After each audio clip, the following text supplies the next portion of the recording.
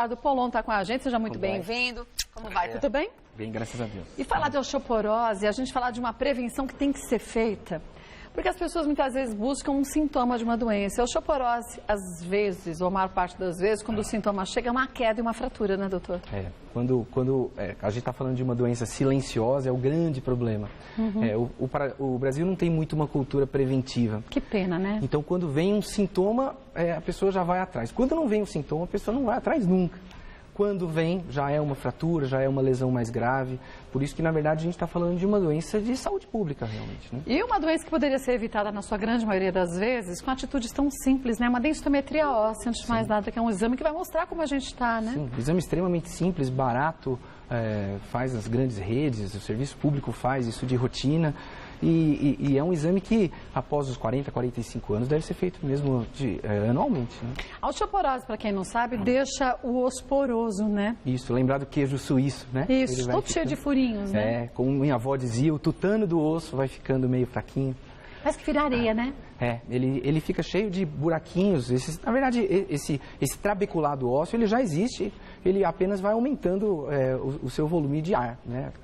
Ele vai ficando fraco na sua medular, que a gente chama, né? E aí, cá entre nós, uma tossezinha, uma batidinha de leve já é motivo para uma fratura, né? Sim, às vezes sem nenhum trauma. Esse é o principal problema, né? A pessoa imagina que tem cair, né? Às vezes virando na cama, né? Ou alguém levantando essa pessoa idosa da cama, né? Sim, isso é que é o grande problema. Temos uma dúvida que chegou da Rosana de Campinas, vamos ver qual é. Rosária, deixa eu ver. Oi, Kátia, tudo bem? Eu gostaria de saber como é que eu posso prevenir a osteoporose, já que eu tenho uma osteopenia que vem se agravando muito nesse período da menopausa. A osteopenia é um começo da osteoporose? Isso, é um nome que se dá para um grau inicial, né? Não está estabelecida a osteoporose propriamente dita. A densitometria óssea mostra esses gráficos de acordo com o nível de densidade do osso e a faixa etária. Então, naturalmente, nós vamos tendo aí, em média, 1% de perda de massa óssea por ano. Tudo isso? Tudo isso. É bastante, né? Existem fatores metabólicos e a menopausa que ela citou é um dos grandes fatores, mas ele não é o único. Existe essa cultura de que a osteoporose está ligada necessariamente à menopausa. Isso não é uma verdade absoluta. E como que a gente pode, então, reverter, se é que se pode reverter a osteopenia, para não deixar se tornar uma osteoporose? Sim, são as 3 regras básicas, né? Fazer exercícios, tomar o sol da manhã e uma dieta rica em derivados do leite. O exercício, eu diria que é mais importante do que todas essas outras duas. Né? Mas uma caminhada ou uma musculação? Porque já foi provado também que a musculação também faz com que o osso fique mais forte. Sim, né? O que estimula o osso a ser produzido, células novas, é justamente a tração que o músculo exerce sobre o próprio osso. Então, a musculação é muito importante. Agora, a caminhada, ela tem uma grande vantagem, que é você fazer uma atividade simples, que não requer necessariamente nenhum grande preparo, mas ela tem a desvantagem de ter aí algum impacto.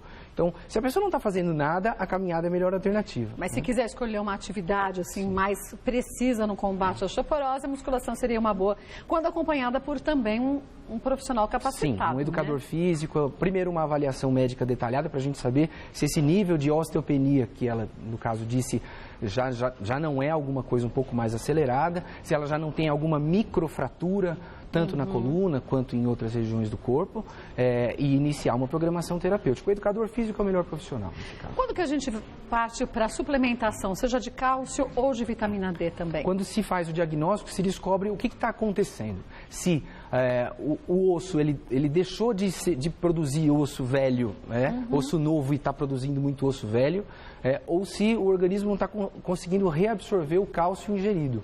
Muitas vezes acontecem as duas coisas simultâneas, é aí onde você tem o grande problema. Dizem que a vitamina C, junto com laticínios, ela é absorvida, o cálcio é absorvido de uma forma diferente. É verdade? É verdade. É verdade? É verdade, é verdade. A absorção do cálcio, vitamina C, vitamina D principalmente, a vitamina D é um dos fatores. Agora, nem todas as pessoas conseguem metabolizar isso da mesma forma. Um exemplo são os orientais. Os orientais, eles têm a etnia oriental, pode predispor aí o aparecimento de fraturas com mais frequência do que de outros. Não sabia disso, não. Interessante. Bom, temos mitos e verdades, vamos para eles? Ó, a osteoporose não é uma doença silenciosa. Quer dizer, falamos sobre isso. Exato. É um mito, né? É uma doença silenciosa. Na verdade, se pensa em mito porque quando se faz o diagnóstico, já é por uma fratura, quer dizer, a doença está instalada. Então, a pessoa não tem uma dor por osteoporose, ela tem uma dor pela fratura, né? Por isso que ela é uma doença silenciosa. Como você disse, que pode ser não de uma queda. Exato. De uma batidinha na cadeira que a gente encosta, de um neto que vai levantar um pouco mais de firmeza o avô ou a avó. Sim, importante comentar essa história do avô e avó, quando você tem uma fratura do fêmur, não é porque o nosso avô, nossa avó caiu e quebrou. Ele quebrou e porque quebrou, caiu.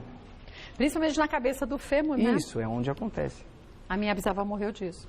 Porque é difícil, depois aos 86 anos, já tinha 86 anos, você conseguir que esse osso se reintegre, né? Porque já está com osteoporose. A maior parte das vezes trata-se de uma cirurgia, de uma urgência relativa, num indivíduo que já não vem num quadro saudável muito bom, e você tem que intervir cirurgicamente, às vezes em 48, 72 horas. E às vezes, pela idade, a pessoa não aguenta. Por isso que é bom a gente prevenir isso tudo, né? Sem dúvida. Vamos para mais um mito ou verdade? Pois não.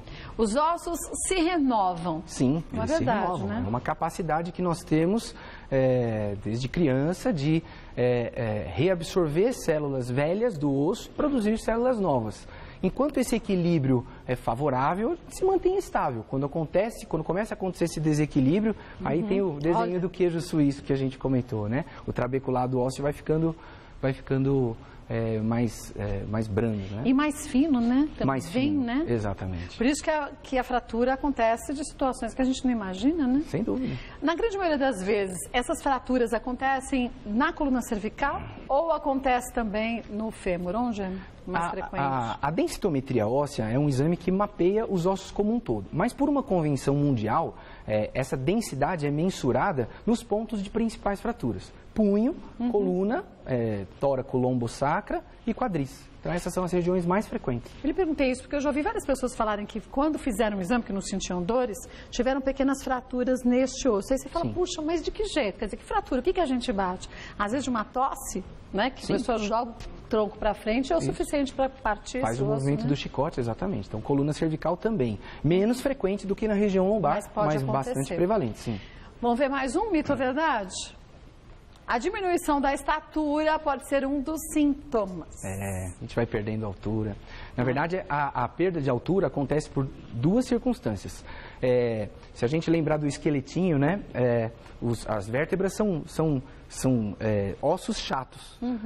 Essas microfraturas que eu relacionei são perdas parciais e graduais de altura desse corpo vertebral. Eles vão afinando, né? Vai afinando. E os discos intervertebrais, né? Que protegem entre as duas, né? Que são chicletinhos recheados que vão entre elas, também vão desidratando ao longo da vida, né? Vão perdendo a capacidade de turgidez. Então, esses dois fenômenos, além do distúrbio postural, vai deixando a pessoa numa atitude mais cifótica, sim. Vamos para mais um mito ou verdade? Após os 35 anos, os ossos se fortalecem. Quem dera. Quem dera. E a gente vai saber